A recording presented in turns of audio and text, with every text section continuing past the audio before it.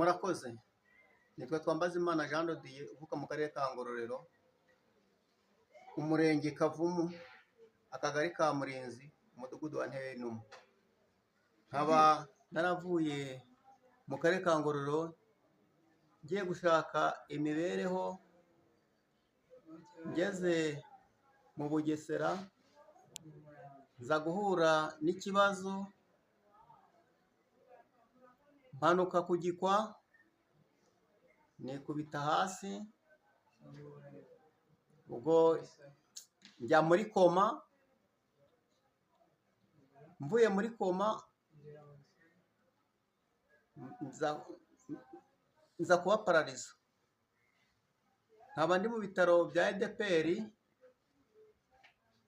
arimwe ngwariye,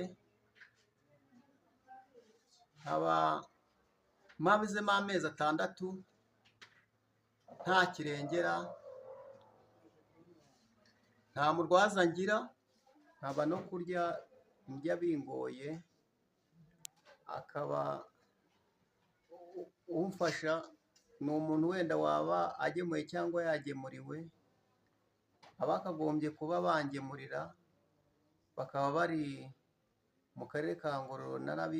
Narabiyambaje ntibagire ikintu bansayidiraho, nta muntu ngemurira rwose, ndaha mbese mu buzima bubi butagira ingano.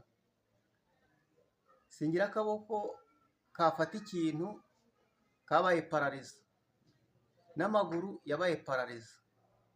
N'uwo muntu ubu ngemuriye cyangwa yagemuriwe ni ukungaburira, aratuzana akangaburira. Rwose imibereho ndimo ni imibereho mibi. Kurya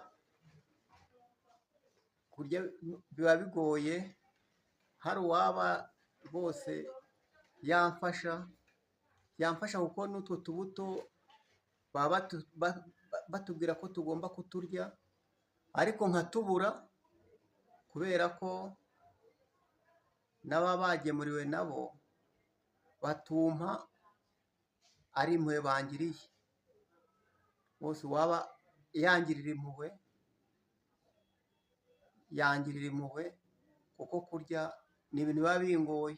Umuntu uri kundeba yamfasha nkareba ko nasunika iminsi, bose Imana